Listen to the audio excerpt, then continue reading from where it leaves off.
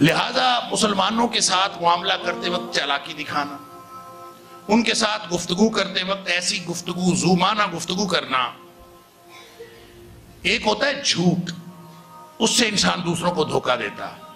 ایک بات تو سچی ہوتی لیکن آدمی اس طرح سے کر رہا ہوتا ہے کہ دوسرے کو سمجھ نہ آئے کہ میں کیا کہہ رہا ہوں، اور اپنے آپ کو انسان مطمئن کر رہا ہوتا ہے کہ میں نے جھوٹ تو نہیں بولا۔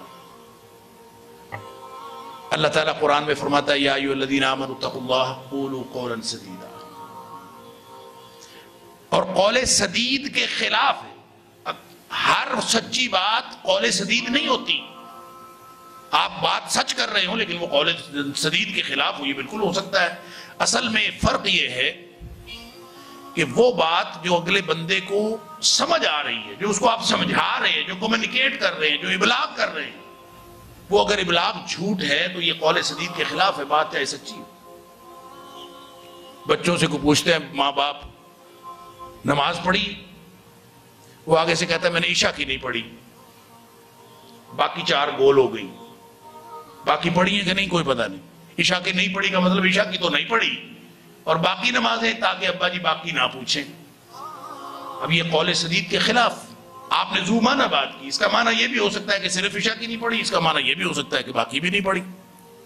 تو یہ نبی کریم صلی اللہ علیہ وسلم نے جو فرمایا من غش فلیس منی، اس دھوکے میں آتا ہے، اس چلاکی میں آتا ہے۔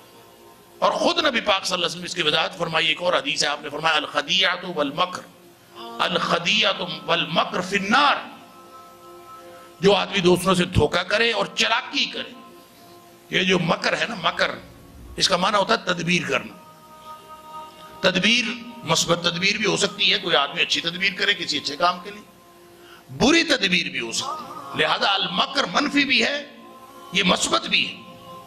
تو جو شخص دوسروں کو دھوکہ دینے کے لیے چلاکی کرے، اللہ اکبر، نبی پاک صلی اللہ علیہ وسلم نے فرمایا یہ جہنم میں ہے، گویا ایسا عمل کرنے والا جہنمی ہے۔ دین کی بات پھیلانا صدقہ جاریہ ہے، ثواب کی نیت سے ویڈیو کو شیئر ضرور کیجیے۔ جزاک اللہ۔